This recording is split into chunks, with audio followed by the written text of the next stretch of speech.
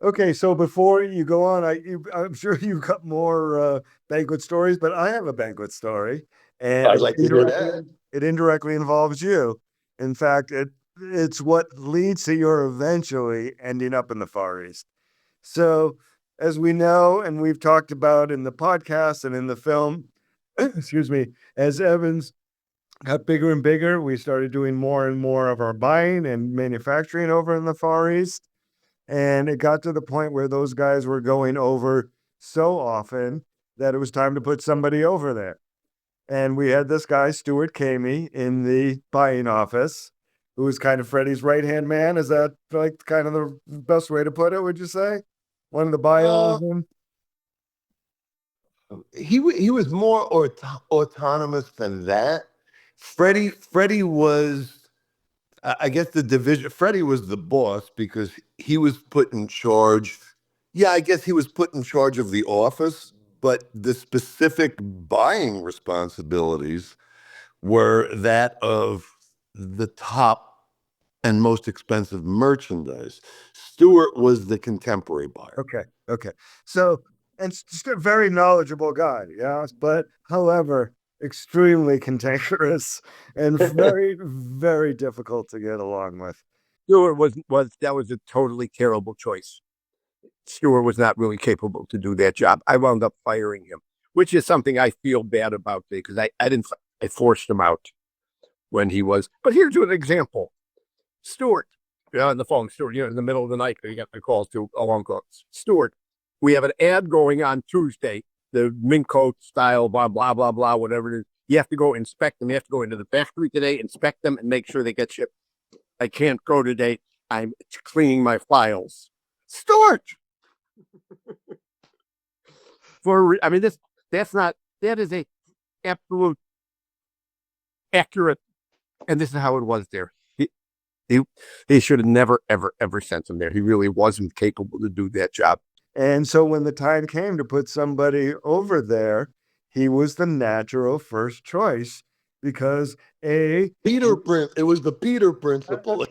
well, you don't lose the talent, but you do lose the dissenter part of him, shall we say? Okay, and so what started to happen, which eventually includes yourself also, is people get over there and then decide after a while I could probably do better for myself than if I kept doing this for Evans. So after Stewart goes there, there's a young man in New York by the name of Tommy Pasilio, who is one of the assistant buyers. He gets moved to Chicago into the buying office. He and I were introduced to each other, and then we're roommates in a great 2 bedroom apartment for about 2 years, right at Clark and Armitage. And so Stuart Goat decides to leave, and then we're in the predicament again. And now a couple years later, they decide they're going to send Tommy over there to live. So Stewart, Tommy's coming. Oh, this one, Tommy. This one, we sent Tommy there. He said, Tommy's coming to work. I don't want him in the office. I said, Stewart, you really don't have a choice. In fact, I asked Stewart, I have to tell you, then Tommy may be your boss. Then I quit. I said, Stewart, I accept. Take your stuff and get out. To this day, I feel bad. To this day. So now Tommy goes over there. Okay. And now this is 87, 88 ish, because I got married in 1989. And Tommy was one of the groomsmen in my wedding because we came very close, living together for a couple of years. And so my banquet story is we were at my wedding, and my family was very good about not keeping business away from family and social situations. It always seemed to bleed into each other, including the fights and the dissension and whatnot. However, Tommy played a part in this one. And it was at my wedding when I don't remember if it was before or after, but at some point during my wedding, I'm in the corner with David and Tommy and Robert and my grandfather. And Tommy announces that he's leaving, and he couldn't even wait till after my wedding. And that's what led to then, which we've been through with you before, the David sending his son, my cousin Jeffrey over there, which then eventually led to your going over there. And there you go. Well, to my sniping. His career was changing, especially.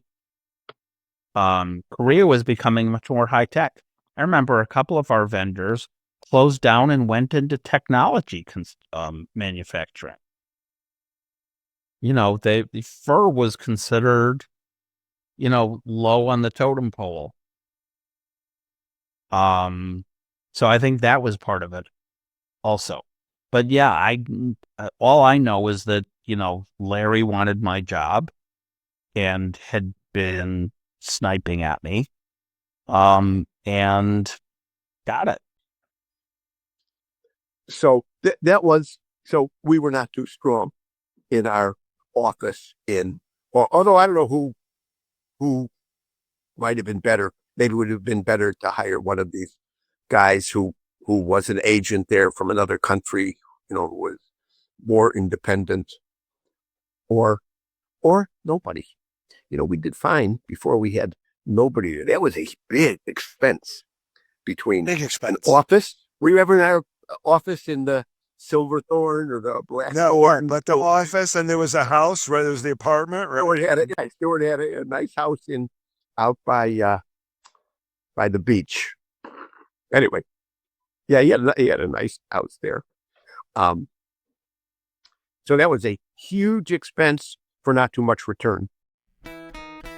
Who doesn't love a rags to riches story? But a rags to riches to collapse story? There were two Evans furs. The one that climbed to the top of the highest peak, amazing story, and the one that tumbled from that peak decades later. But that's not the tragedy.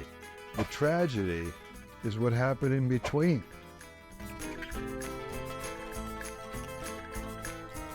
They lived the American dream, and they let a lot of people come in and live it with them. And it was a wonderful story until it wasn't. Coming from a generation that was so driven and willing to work 18 hours a day to be successful, there aren't that many people like that anymore.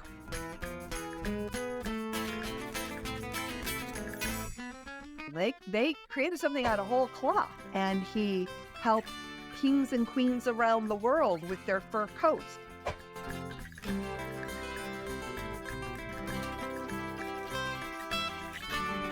That was the era, I would say, the golden era of department stores and specialty stores.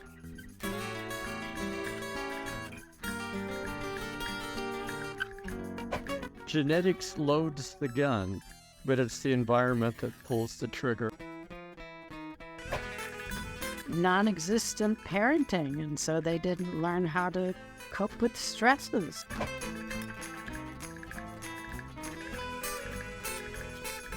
And I just look at the damage that my father created and the things that he has said. But it certainly caused a significant rift in the family and families, and a number of us didn't communicate with each other for a long time. You marry into the family, you marry into the business, because that is your life. Clearly, there were problems.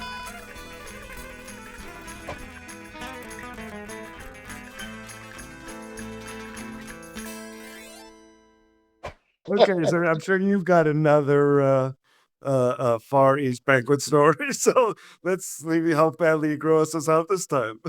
Well, okay, the banquet story that I think takes the cake. It wasn't a how can I say it? It wasn't as grandiose as the banquet that was held in Hong Kong by Hong Kong Fur. But I will say that it was one of the most scenic places I have ever seen in my life. And to this day, I'm amazed that it actually wasn't in the city of Seoul. It was in Iri City, it was called, which was, like a government subsidized business center. And again, this was one of those this was one of those companies that was a legacy company. It was called Wanam, and they were our biggest suppliers in Korea. And again, they did whatever they possibly could to treat us to their country, and show us the best of their country. Well, this happened to be during the time of the cherry. It's called the Cherry Blossom Festival, and cherry trees, they're so gorgeous when they bloom, and it's like a very quick season. You don't see the flowers that long. So in this particular city, Iri City, it's like the entire city is filled with cherry trees and the most beautiful park settings. And it really and truly was something that was fascinating to look at. Mr. O and his family take us out to very exclusive. This is a delicacy Delicacies. of let's see, Chinese and Korean, two completely different languages. Their food stems around delicacy, which is in America, you'd say inedibles. But in any case, like I say, the most picturesque setting far overtook the surrounding of, we again, drinking. I'm pretty sure that's how we became their biggest customers. I think it was like AA meetings, there'd be a lot of drinking and celebrating. And here we are, and they start bringing that again. They like to present as if they're bringing you the Hope Diamond. And it's like under this stainless thing, they come up to the barbecue, and it was all ribs, like these big, it looked like you were Tony Roma's, all right?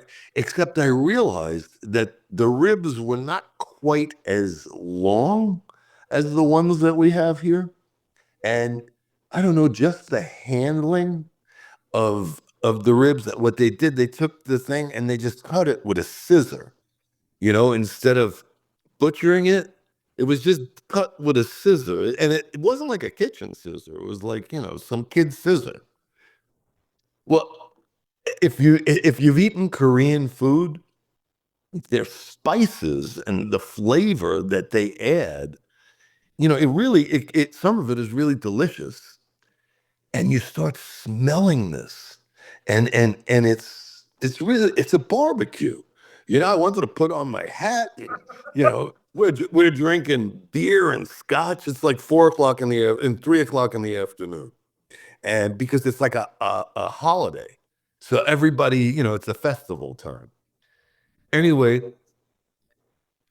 they start bringing the stuff to the table, and I mean, I've been in Germany in the Black Forest, taken out again to these banquets where it's like, you're eating venison, and so I can't do it.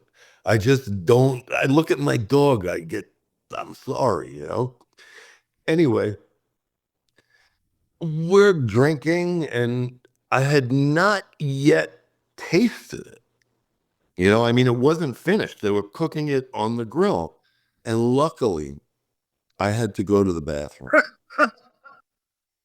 And I asked, we're in this park. It's like a park-like setting.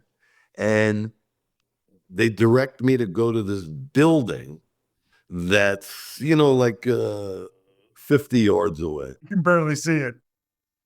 Oh, well, yeah, oh, no, I could see it. All right. And it's a building. It wasn't industrial. It was more like a home almost, until I got closer.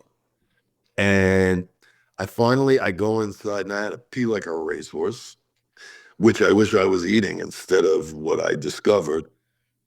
I open up the door to this place, and I swear to you, there were, I would say, probably 100 kennels, like dog crates with live dogs. Uh, And, I could remember being in Korea and you'd be following these trucks, I mean, in Korea, it was dogs.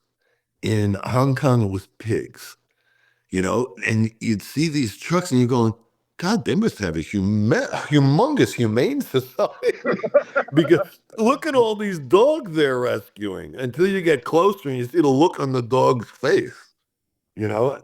Well, I walk inside, I go to the bathroom, I come back to the table and I'm explaining to everybody, Tony, I was like a ventriloquist, Tony. I was trying not to move my lips. I didn't want to disrespect the host. I said, but I don't think that's from a cow or even a duck's tongue. We're in trouble here. It was dog. And again, that is considered a delicacy. It's a treat for these people. Yeah. okay, enough No. enough on banquets for the moment.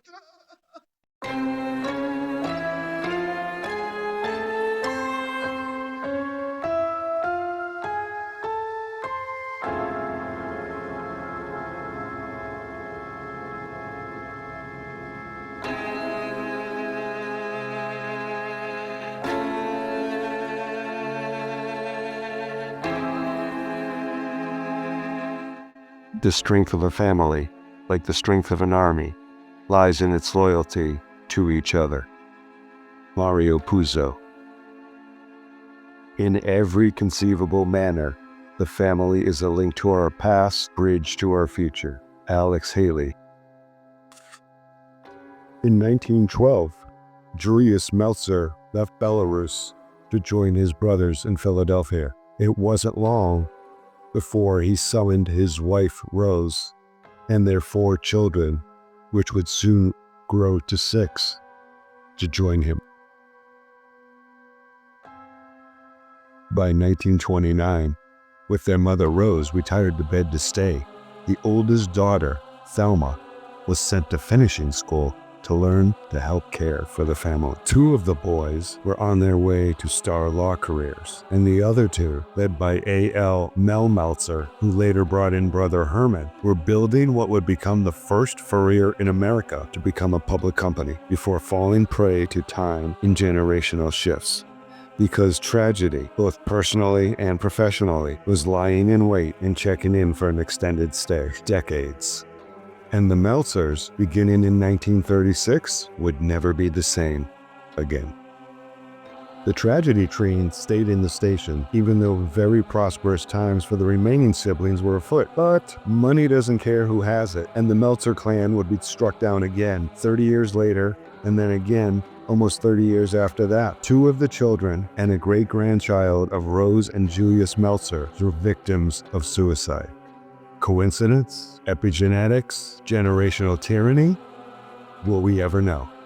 However, a deep sense of sharing existed between surviving siblings, the bond deeper than the average set of sibling relationships, formed under tremendously difficult upbringings, all of which led to various children, grandchildren, nieces, and nephews all joining Evans Furs at one time or another, including myself, where I began as a stock boy in 1975 and worked in various locations around the country for the company until 1995.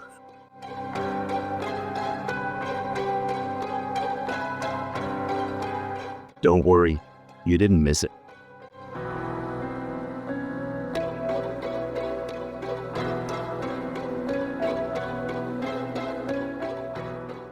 Yeah, can I tell you a story that will always be in my heart? And we've had so many discussions about, like our times together and our times, at Evans independently. And this is one that I don't think I ever told you. And it's funny, I thought about it because I'm thinking about the times that you had asked me about celebrities, like who's the the most exciting, and I did have a couple of really good ones. And then I started thinking, for some reason, I started going back to the beginning of my time at Evans, which, because, getting ready for the legacy part, again, Lenny Jonas is somebody that I consider to be sort of a surrogate dad. I mean, I had the best dad in the world, but I had this guy also treating me like a son, watching over me like a son. So I started thinking about the time there, and between Lenny Jonas and Marty Cohn was his assistant. It was almost like the Three Stooges to me.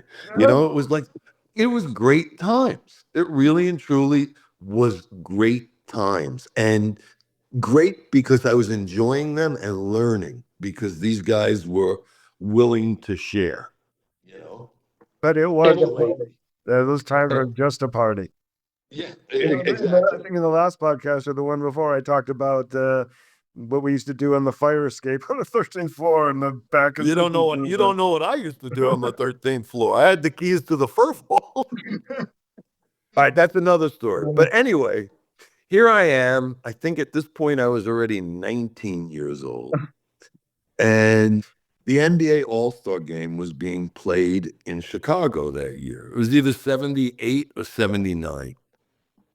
And my favorite player in the world as a kid growing up, when you're playing yourself and, you go to shoot and you say, Dr. J, I was Dr. J, Dr. J shoots, Dr. J.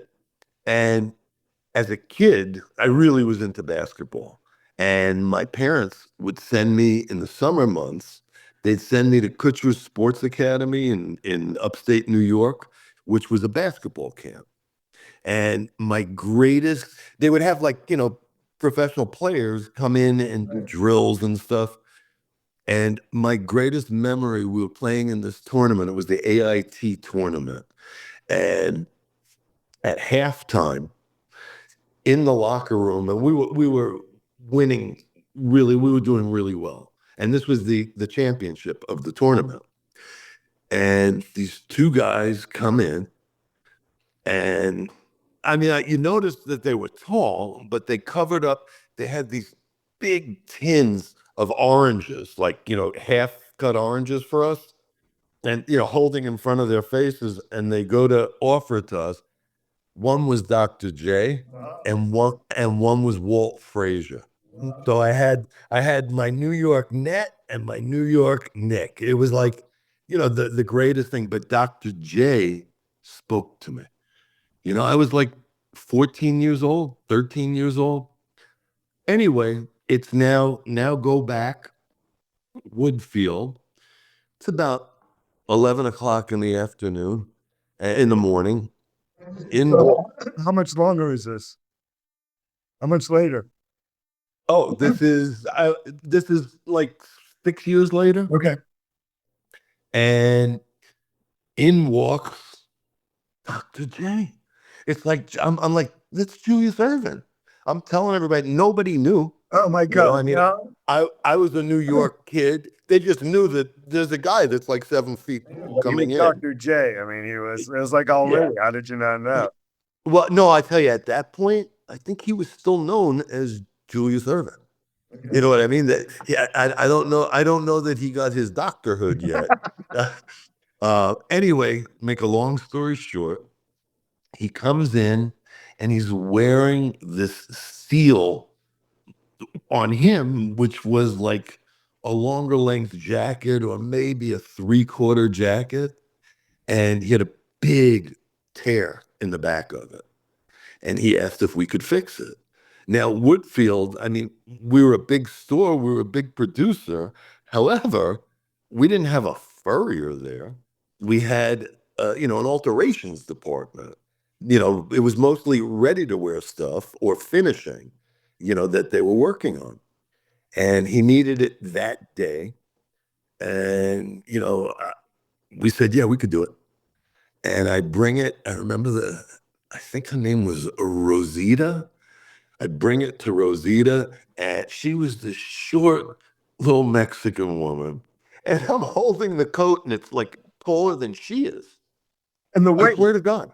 And the weight. Yeah. Well, no, she was a chubby little girl. Anyway, make a long story. She says to me, I have to send this to Chicago. I can't fix this. I can't. I said, can you sew it by hand? She goes, my machine won't do that. I says, can you sew it by hand? I said, it's really important. And she says she'll do it. P.S. We tell him, I tell him, I was the one that was there talking to him. And I even went on to tell him that, and I was so nervous, Scott, but I went on to tell him, I said, this is not the first time that I've met you. And I went on to tell him about when I was at Kutcher Sports Academy and he came. And I mean, he was oblivious to it. He certainly didn't remember me. I don't even know if he remembered that he was there at the time. But all I can tell you is I was just starstruck. It was like knock that one off the bucket list, right? P.S. I tell him it's going to take a while. He says, can I come back at like 2:00? And I said, I will do my best. So, because he wanted it for that, to take it. Believe me, I'm sure he wasn't staying in Schaumburg, Illinois. Right. So it's like, I'm bugging Rosita, you gotta get this done. You gotta get this done.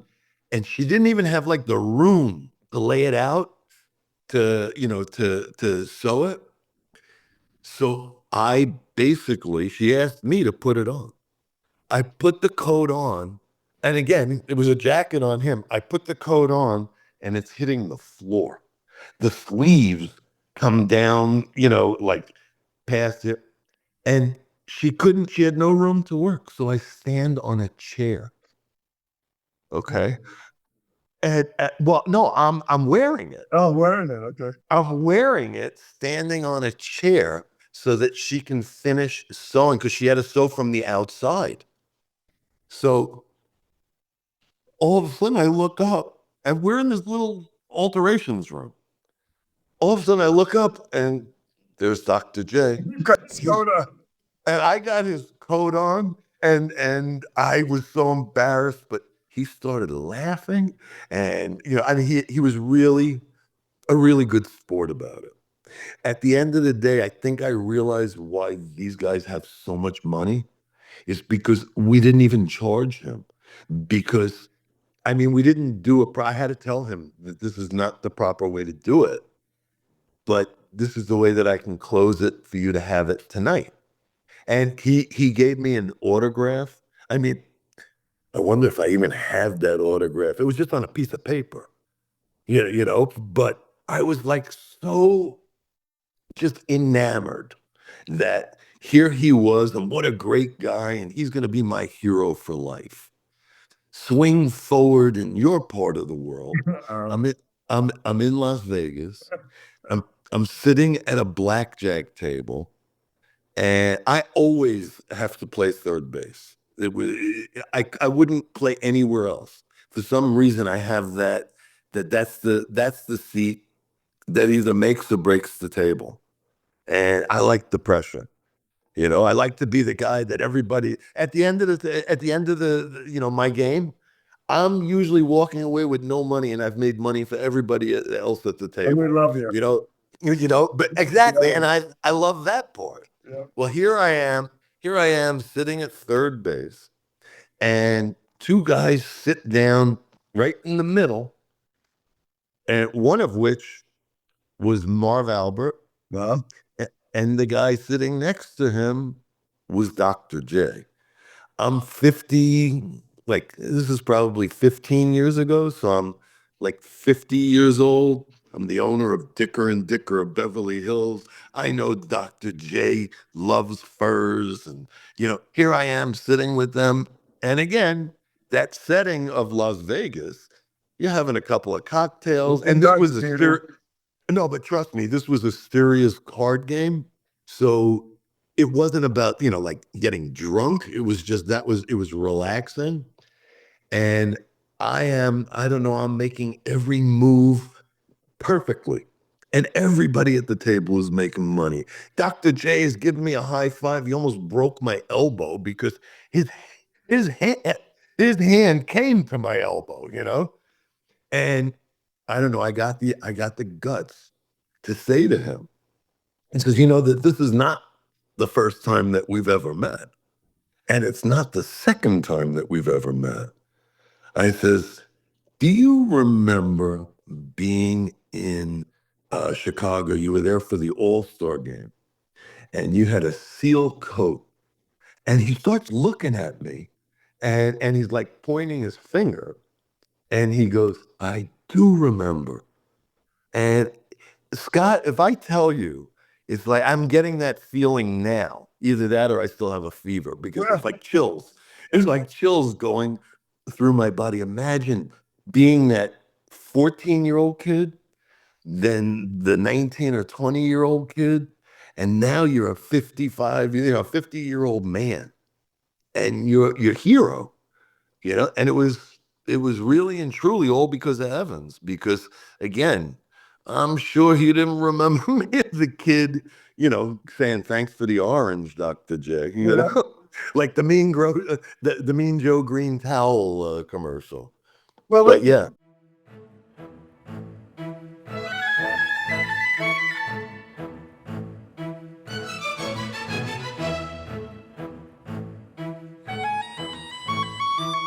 A large part of A.L. Meltzer's strategy for expanding Evans Furs in the 1950s involved putting Evans Furs concessions or leased departments in some of the finest department stores around the country, just as commerce in the nation was shifting outward from city downtowns to the growing suburbs. The boom was apparently on when brother-in-law Harold Sussman, husband of sister Thelma Meltzer, was sent to Boston to expand the operation in a move that would foretell much of the growth legacy of Evans Furs for the next 50 years. In taking family from the corporate and family headquarters and relocating them, A.O. Meltzer was signaling how important this strategy was.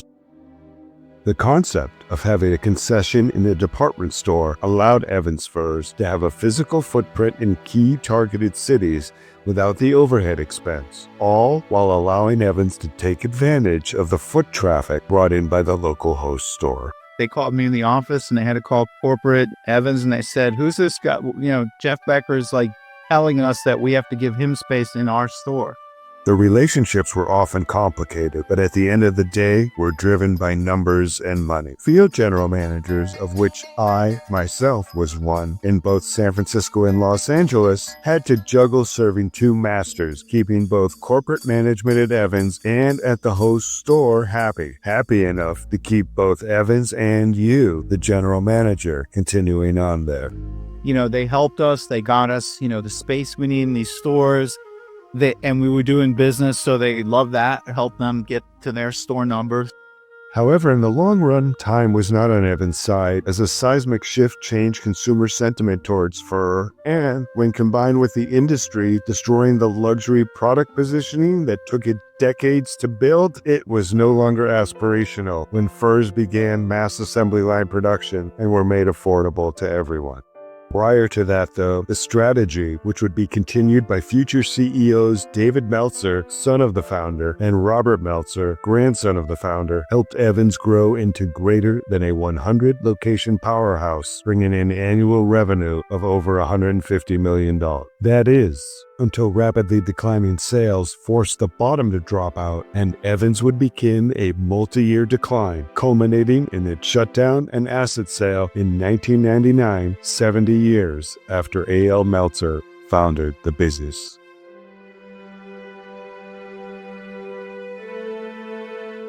We loved what we did, and we wanted to go out and, make things happen.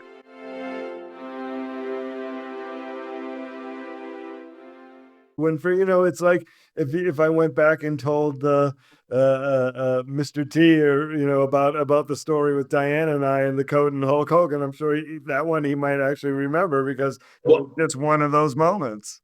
I'm going to tell you something. I remember Mr. T not in the same way that you do. Mr. T was a bouncer at one of a lounge that I went to school with. Calvin Hollins, it was at the Deanback, and he was a bouncer, but his look was a mohawk and had as much jewelry as he possibly could put around his neck. That was his look. So Sylvester Stallone discovered Mr. T at some kind of event. And the event was how far you could throw a midget. Sylvester Stallone saw him throw these midgets across the room. And so he invited Mr. T to being in wrestling. He did both. He did boxing and he did wrestling.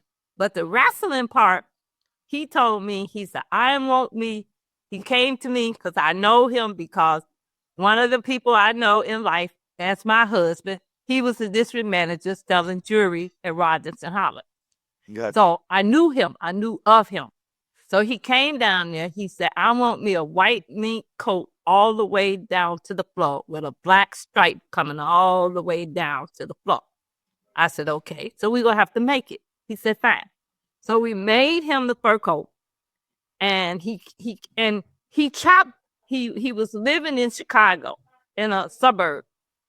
And the people made him mad because he was trying to put up a fence that they wouldn't allow him to put the fence up because it was too high. So he chopped down the damn trees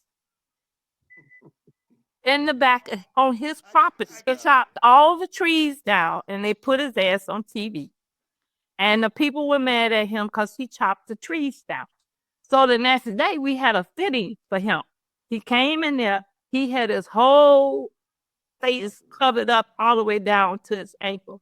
And he came in there and he had to do a fitting. And I say, why didn't you chop them damn trees down? He said, because they wouldn't let me put the damn fence up. So I chopped all the trees down. But they were really, really mad at him. Really mad at him. So we did the fitting and he told me, don't tell nobody who I am. I said, I don't want to tell nobody who you are because they might try to do. He came on State Street. He came on the first Olympics. Then he left. I could remember being in Chicago when he was buying, I'm sure it had to be when he was buying those coats, the skunk coats. He bought a black one with a white stripe and a white one with a black stripe. And we had to make these fez type hats that, to match. And he must have come into the store 3 times, because it was all custom. And I remember and this is, of course, during the time where he was at the peak of his celebrity status, right? He's a Chicago boy. And, here he is. And he's in a room, they brought him into the room like on the 5th floor where we used to have like the conference in the back by Sam Field's office, not one of the other, fitting booths. And I don't know, there were other people in the store, one of which was this young, I'd say a woman in her 30s, maybe 40, young black woman with her 2 sons. And they were little kids. And they see Mr. T and they went running up. And, I was one of the people that was working with him. It was like, I think I was getting coffee at the time. But, it was like, we're all catering to him and this. And here's 2 young black kids that come up, they're his Dr. J, and come up to him and say, oh, Mr. T, could you order it? He goes, can't you see I'm busy? And it was like, whoa. I stopped watching the A-Team. I really did. It's like not the nicest man. He wasn't the nicest man. But we did charge him. We did charge him a shitload for those coats. That's funny. I said, why are you so damn rude? I said, you know what? That don't make no sense. But he did. He did that. And he wouldn't give the kids no autograph. And he left. He really did. He left. And then he called back and he said, I'm getting ready to go to Hollywood and I need you to bring the coat to Hollywood for me. I said, why can't I ship it to you? He said, I want you to personally deliver me the coat. So I said, okay. So I went back there and I told Mr. Marks and Robert K. Robert K said, okay, you can deliver the coat. I said, well, where am I going? You know what he told me? He said, you can stay with Scott Hunter. That sounds like my family. Spring for roof roar. Yeah, so that's okay. I'm gonna go and stay with my aunt because she lives in Santa Monica. This is just one of those moments you never forget, right? So I'm in LA. I'm Larry Friedman's assistant. It's the mid 80s. Things are pretty good, nothing to complain about. I get a call out of the blue from Chicago, a familiar voice going, Scott Hunter! And it's Diane Jones. And she tells me that she's just made this sale to Mr. T. They sold him these two ginormous mink coats with hoods with skunk stripes going down the back of both of them. One was white mink with a black stripe, and the other was ranch, which is black mink with a white stripe. He bought two mink coats, one with a white one with a black stripe. Matter of fact, I have a picture of it. I have a white one. He bought a white one with a black stripe. And then Diane went to California to deliver it to him. So he was a nice guy. He was a nice guy. We had a lot of celebrities. And she says, I'm coming out to LA to deliver them. That's what he wants me to do. And I'm like, okay, great. What do you need me to do to help? She goes, but don't worry. I told Robert K, I'm not staying with you. And I was like, what?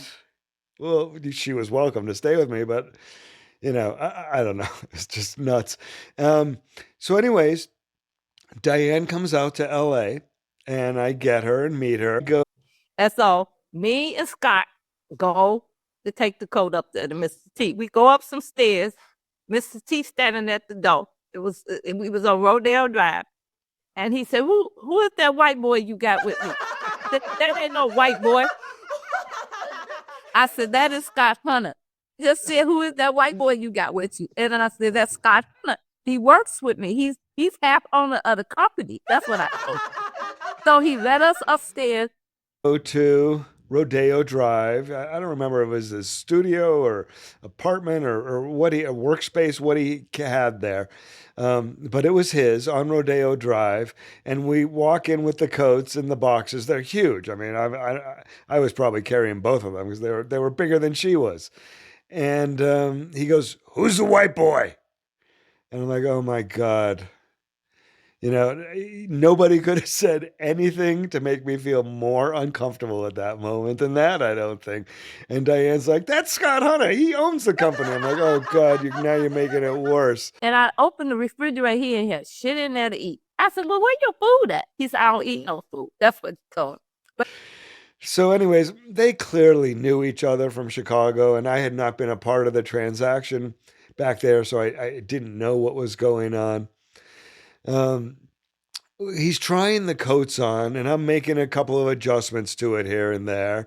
And Diane is nosing around and poking into everything. She's opening cabinets, and by the time he goes, what you doing? Get out of there. She's in his refrigerator, and she goes, how come you ain't got nothing in here to eat? And I was like, oh my God. But then he told me and Scott, I say, where are you fit to go? He said, I'm going on the 18th. And he said, if you want to come, you and Scott can come out there. He invited us both out there. So anyways, he says to us, I got to go. You guys make the alterations. And if you want, you can bring the coats to me tomorrow up at the A-team. So I get the coats back downtown, get the few, there were minor alterations made. So me and Scott went out there, and I looked up, it was somebody riding up on a motorcycle. And the next day, Diane and I go up to this ranch. God, I can't remember the name of it. But it was almost at the Grapevine, like it was past Ventura. And this huge ranch, set ranch, where they had all kinds of sets and filming and everything. And we get let in and we get escorted into Mr. T's trailer. And eventually he comes in and he starts trying on the coat. And I remember it was the white one with the black stripe is the one he's wearing. And all of a sudden you hear the loud, and I mean the loudest, it must have been a Harley, motorcycle roar that you've ever heard. Coming up the hill. His trailer, all the trailers were like on the top of this little hill. And they had long blonde hair. And I was like to myself, who in the hell is that? and that was Hulk Hogan and his wife. You remember that? Oh yeah. I told the story. And off the back of the bike gets Hulk Hogan and his wife. And they come into this trailer and he walks in and he's fucking huge. I thought T is huge. He's huge. The two of them. Like you feel like, yikes. Land of the Giants when you're around them. He walks in and Mr. T is trying on the white coat. And he looks at Diane. He looks at me. He looks at Mr. T. And he burst out laughing. I'll never forget the howl of the laugh. Because he just couldn't believe that Mr. C was going to walk on the wrestling stage with that long mink coat on. I don't even know if he still got that coat. I was trying to beg for me one of those gold chains in there. He said, get out of my trailer. You can't even give me one? He said, Diane, get out of my trailer. You're not getting it. He put me out. But I was dealing with Mr. T. Well, things calm down for a moment, or finally after a moment or two, and Mr. T turns to him, and this is the line I'll never forget, and I've told this to Diane.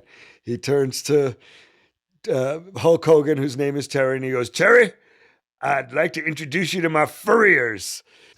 And it's just a day I'll never forget. And, just you're saying that, excuse me, makes me think of some of those characters on that third floor. My cousin Robert spoke earlier about Sam Mellon. I remember meeting Sam Mellon the first time, and he made a beeline to me, which took 20 minutes, but because he shuffled very slowly and he was very old at this point. And he'd probably been there 30 or 40 years by then, by 1981 or so. And I don't know how he did so well selling. Because nobody understood what he was saying. Couldn't understand a fucking thing. He said literally mumbled like. Well, he looked as if he should have been carrying like a little dummy, because it's like his lips never moved, and there was we're gonna get a look marvelous, right? But he looked like $1 million every day. He was like. Can I tell you something? Yeah. I think it was more than the look. He had warmth inside. Yeah. Now I'm going to tell you something. Let me finish. Hold that thought. Let me finish. Okay, because this is his warmth, and he makes this 20-minute beeline shuffle over towards me because he knows I'm a member of the family, to tell me I'm going to love your family and you're all good to me and that whole thing, and it was I'll just never forget. I heard just here, but hey. Now, I'll compliment him in one way. I introduced him to my mother, and they dated. They dated for about maybe 6 months, but my mother was in Florida. He used to go down he had a place in West Palm Beach where he would go. I don't know if he owned it or like did a timeshare, but he would take him. He was given 6 weeks vacation or whatever. Right, after being there 40 years, yeah. Yeah. And I set him up with my mother. And I will tell you something. My mother needed hearing aids at the time, so it wasn't the mumbling. She said he was one of the nicest, just really most genuine men. And she said, my mother always said, after my parents divorced, she says, how could I ever meet a man that, is going to be like your dad? Because my father was a good looking guy. My father was, he was very charming, my father. Yes, he was. He did have that ability. And she did tell me that Sam Mellon, although she did understand when my father spoke, Sam Mellon was one of the kindest, nicest, and genuine people she's ever met in her whole life. So again, that shines through in sales. Well, and that's why he was the best. The cost of all my years in retail, He is the pro. I've never seen anyone where the customers loved him more.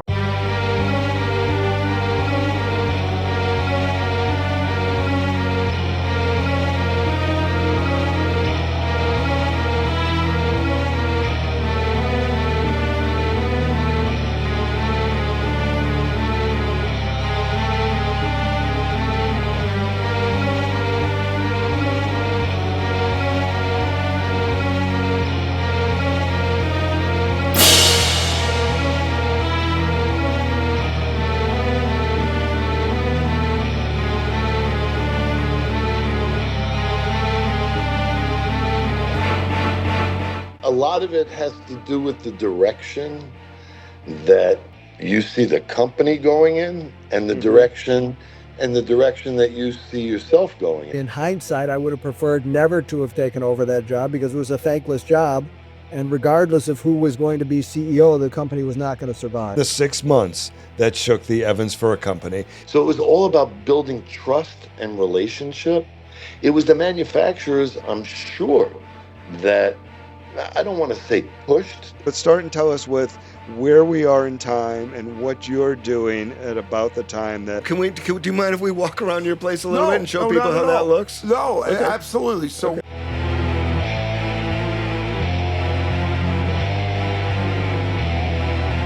Hi, everybody. I'm Scott. Thanks for joining me again today for another episode of the podcast in support of the film Skin on Skin, The Rise and Fall of the World's Largest Furrier. And I looked at him and I said, "Where are you putting the fur?" What made him think that he could come in and turn this place around? It was so much more than what he was trying to do. All I know is that, Larry wanted my job and had been sniping at me.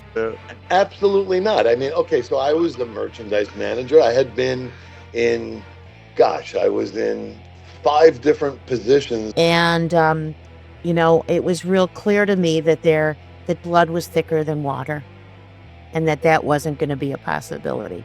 Everybody was just such milquetoast.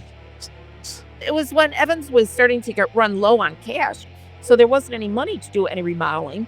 He really just was opposed to the whole notion of family being involved in the business.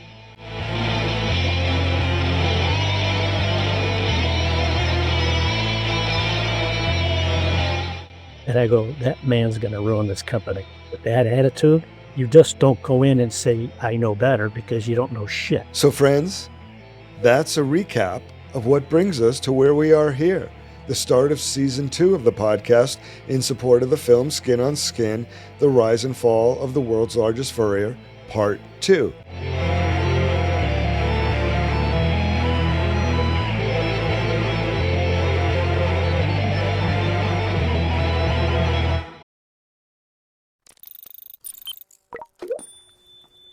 All right, let's wrap up. Why don't you tell us your good story about now I'm still in Boston when this happened, but we had our own blizzard of 78. So you have a snowstorm of 78 story to tell as well.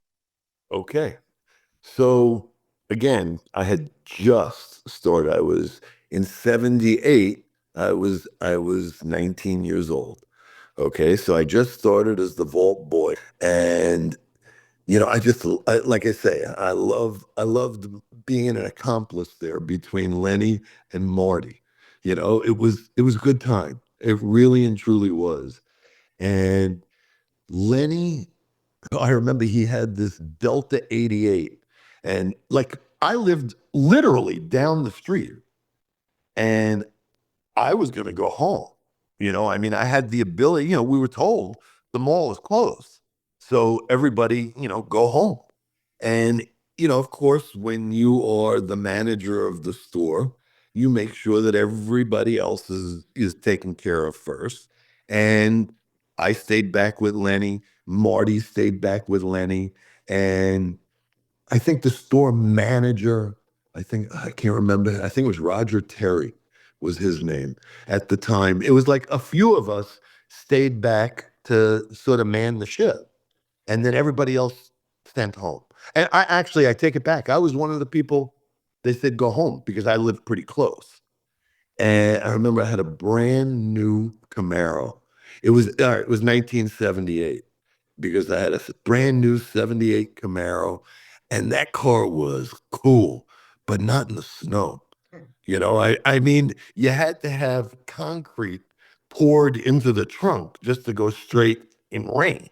Now here I am. I get my car out onto Higgins Road, and I literally there was no GPS at that time, but I think I was probably about a half a mile away from my apartment, and I went about 7 feet, and I couldn't go any further. And people are just leaving their cars. So I'm thinking, do I walk home or do I walk back to Evans, to the mall? And I think I made the right decision because I walked back to the mall. And I would say that, I mean, everybody, whether it was customers, although there weren't many customers out because it was the midst of a blizzard, but in the matter of maybe 3 hours, 2 feet of snow had fallen, or a foot of snow, but it had drifted to the point where you couldn't drive through it. And, there was no time to prepare for it.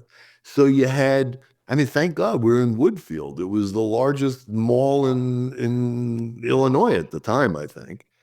And there were a lot of restaurants and bars, and there was action, and we were down there at John's garage. I remember Marty and I don't think Lenny slept overnight. I can't remember that. But Marty and I were at John's garage probably for 5 hours. And and they gave everything for free because we were stranded. You know what I mean? And it was mostly mall employees, but there were customers too. And people had to find a place to sleep. I mean, it was weird. It truly was. It was only one night. In retrospect, I wish it was longer because free drinks. And I made a lot of friends from they had this really fancy hair salon, Mario Tricosi's it was called. And, I mean, I was pretty new to the area. And they were all drinking down at John's garage too. And then it was like they were bringing a different party upstairs, and I got invited. So, I mean, there was a lot happening upstairs. And I ended up waking up the next morning. I slept at Mario Tricosi's in a nice, comfortable one of the salon chairs. It was wonderful. I think I may have even gotten a haircut. I can't remember, but I made a lot of new friends. It was sort of a remarkable time.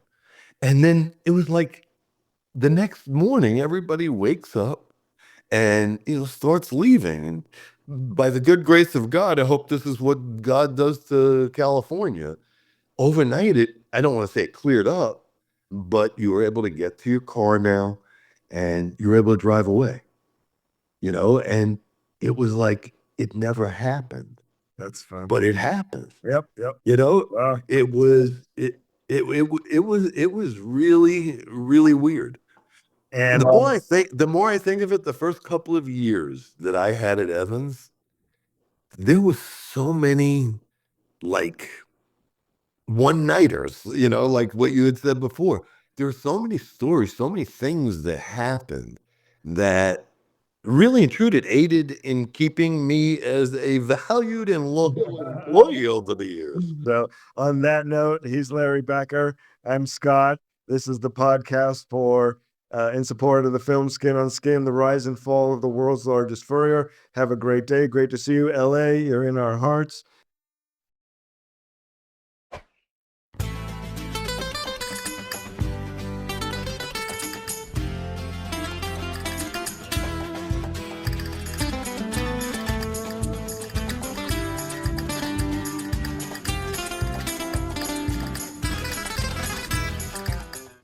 Thomas and Rose Meltzer went forward with the belief that their son's death was an accident. And this setback rocked the family during a time when brother A.L. and Herman's Evans Furs was skyrocketing to the top of the industry. Those Meltzer kids obviously weren't taught how to cope or how to parent or relationship skills were really lacking, and that got passed down. All I know is that he had a photographic memory, he was brilliant, and the family loved him. Yeah, I think she loved the way I looked, so she was always, like I was her little doll. All of his grandchildren wrote reports on Nuremberg at some point in school. And someone would always have an assignment, interview some relative about something. Nonchalantly would toss a question out, and the beads of sweat were pouring off as he's trying to answer Uncle Bernie's question. A lot of people live in fear that, oh my God, is that going to happen to me? In the end, a lot of people got hurt. A lot of customers got hurt. It was just a bad thing. He's with this dinosaur, toy dinosaur on the table, and he says, you know what happened to these dinosaurs? It was a very unique era.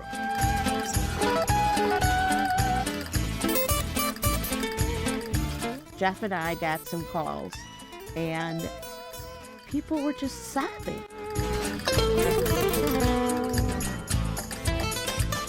Well, they shut the doors on people. That was pretty high profile.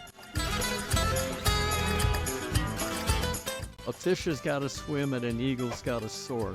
That's their natural temperament and how they want to live and how they want to play. And when that's blocked, people are really unhappy.